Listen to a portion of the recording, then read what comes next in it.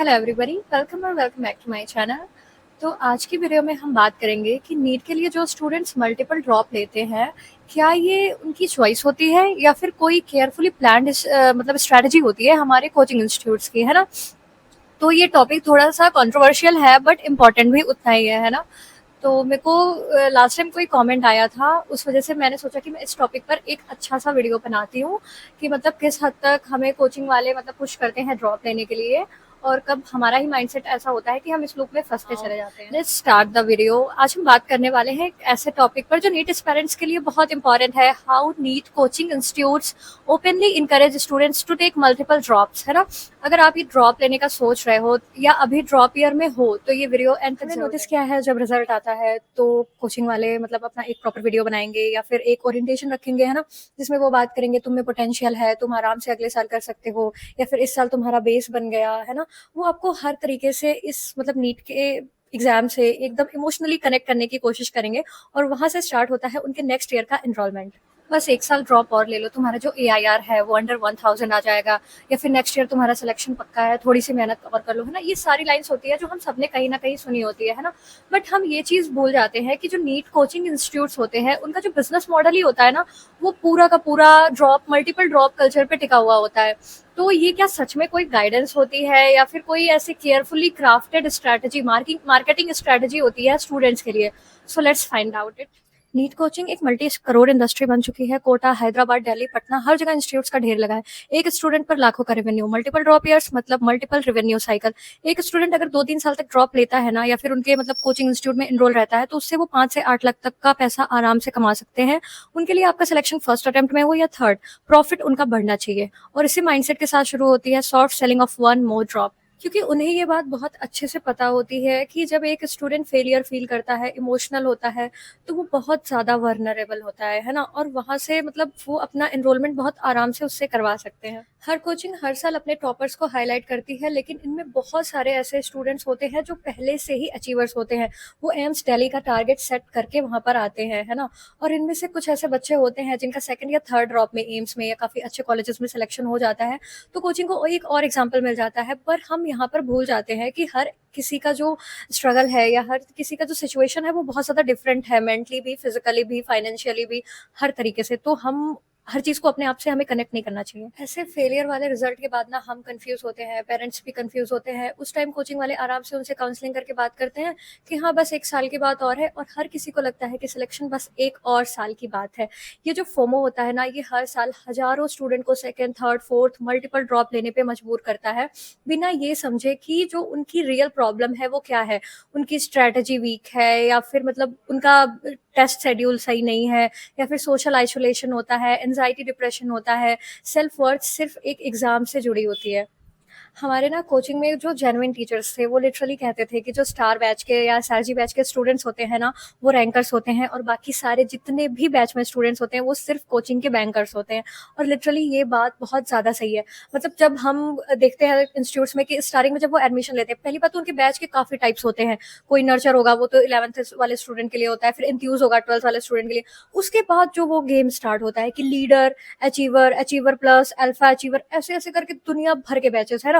और जो ध्यान देते हैं वो बेसिकली SRG बैच या स्टार बैच वाले स्टूडेंट्स को ही देते हैं। उसके बाद ना मतलब अगर आपने लीडर बैच में एडमिशन लिया है तो उसमें से लिटरली कुछ ही ऐसे स्टूडेंट्स होते हैं जिनका सिलेक्शन होता है, नहीं तो बाकी सारे लीडर से फिर अचीवर्स में आते हैं। मैं जब पहली बार कोटा गई थी घर से, तो I was around 17.5 year old, और पहली बार मैंने ऐसा इन्वायरमेंट देखा कोचिंग का, और इतनी ज़्यादा भीड़, मतलब इतने सारे बच्चे एक क्लास में बैठे हुए हैं, और टीचर्स आ रहे हैं, और टीचर मतलब अच्छे होते थे, उनकी ऐसे उनका मुझे कोई प्रॉब्लम नहीं लगता था, वो बहुत अच्छा पढ़ाते थे। अगर हमें नहीं समझ आ रहा है तो वो मुझे अपनी प्रॉब्लम रहती थी, या फिर मैं डाउट काउंटर नहीं जा रही हूँ, मैं सही से क्वेश्चंस नहीं पूछ पा रही, तो वो मेरी प्रॉब्लम थी, है ना। लेकिन जो उनका एक मॉडल होता है पढ़ाने का, वो मतलब जो स्टूडेंट सेलेक्ट हुए, मतलब स्टार्टिंग के कुछ टेस्ट में पता चल गया और उनके मार्क्स अच्छे आ रहे, तो फिर वो उनको वहां से डिवाइड कर देते हैं। उसके बाद के जो बचे हुए बच्चे होते हैं ना, उनमें से हार्डली ही कोई ऐसे बच्चे होते हैं जिनका सच में सिलेक्शन होता है। लीडर के तो मैंने कितने सारे, मतलब हमारे हॉस्टल रहते थे अराउंड 120 लोग, एक हॉस्टल में बड़ा सा हॉस्टल होता था, वहां पे रहते थे। उसमें से बहुत सारे बच्चे होते थे, मतलब जो उसी कोचिंग में पढ़ रहे होते थे, कोई अचीवर में होता था, कोई अचीवर प्लस में होता था, कोई अल्फा अचीवर में होता था, है ना। तो उनसे अगर हम पूछते थे ना, तो हाँ किसी ने लास्ट ईयर लीडर बैच लिया था, इस बार वो अचीवर बैच लिया, ऐसे तो दुनिया भर के लोग। और मतलब वो आपको और ज्यादा, अगर आप काउंसलिंग काउंसलिंग के लिए जा रहे हैं, टीचर्स के पास जा रहे हैं, जो काउंसलर्स होते थे वहाँ पे काउंसलर्स आपको मिलेंगे, है ना, जो आपसे बात करेंगे अगर आपको प्रॉब्लम है किसी भी चीज़ को लेके। तो वो बहुत अच्छे से आपको इनकरेज करेंगे कि हाँ, अगर आपके मतलब इतने से मार्क्स आए हैं तो ऐसा नहीं कि आपको कोई कॉलेज मिला। मैंने कितने सारे ना ऐसे बच्चे देखे हैं जिनको आराम से मतलब मेडिकल कॉलेज की सीट भी मिल रही है, पर वो इनकरेज होकर किसी ना किसी चीज से मतलब उस सीट को छोड़ के फिर से प्रिपरेशन कर रहे हैं कि उनको और अच्छा मेडिकल कॉलेज मिले।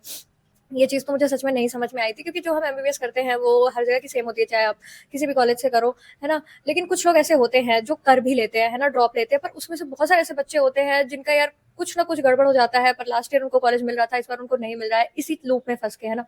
तो ये उनकी बहुत अच्छे से उनका मॉडल पूरा तैयार होता है कि हाँ, कैसे स्टूडेंट्स को मतलब इनकरेज करना है एक और ड्रॉप लेने के लिए। इतने ड्रॉप्स और इतनी सारी मतलब चीज़ों को ऑब्जर्व करने के बाद ना मुझे बस यही लगता है कि एक स्टूडेंट अगर कोई कोचिंग, ऑफलाइन कोचिंग या घर से दूर जा रहा है पढ़ने के लिए, तो उसको पहले से ही ना इतना कॉन्शियस होना चाहिए कि वो मतलब वो ये सोच के जाए कि मुझे नेक्स्ट ईयर अपना सिलेक्शन लेके आना है, या फिर मैं अपना 100% दूंगा, उसके बाद जो रिजल्ट आता है उसको मैं एक्सेप्ट करूंगा और मूव ऑन करूंगा।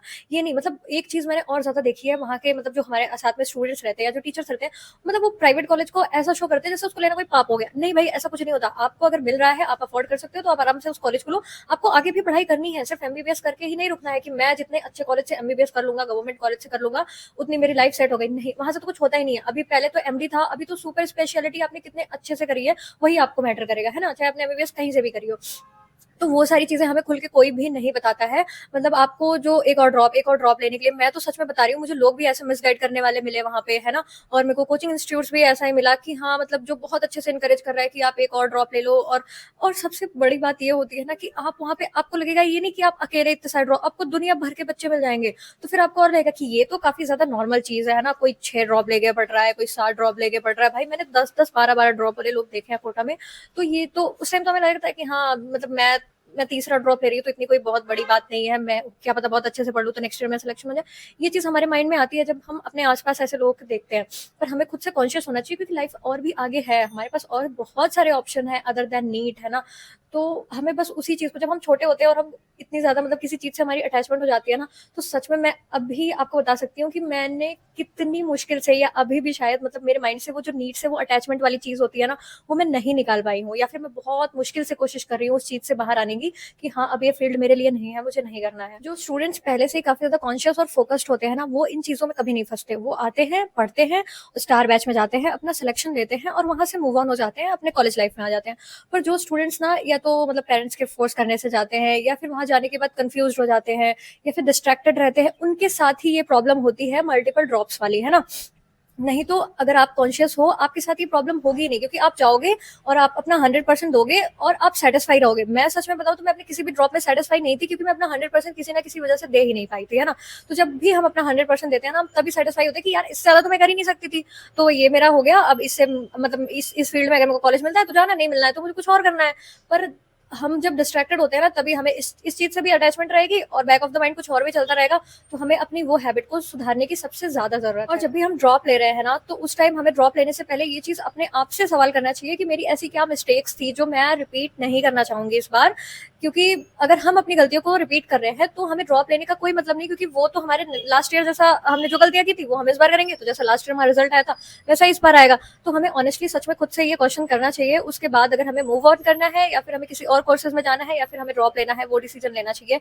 ये सच में किसी कोचिंग के कहने पे, पेरेंट्स के कहने पे, या फिर किसी और से पूछ के, है ना। हम इतने सारे वीडियोस देखते हैं, मेरी वीडियोस में भी बहुत सारे ऐसे कमेंट आते हैं कि मैं आगे क्या करूँ, मेरे बहुत सारे ड्रॉप हो गए हैं, या फिर मतलब मैं बहुत ज्यादा कंफ्यूज हूँ, है ना। ऐसे बहुत सारे कमेंट्स आते हैं। तो मुझे उस टाइम सच में लगता है कि मैं ये चीज कैसे डिसाइड कर सकती हूँ, क्योंकि हर स्टूडेंट की, मेरी, आपकी, हर किसी की सिचुएशन डिफरेंट है। तो मैं एक एवरेज, या फिर एक होता है ना, एक कोई ऐसा नहीं बता सकती कि आप ऐसा करो, है ना।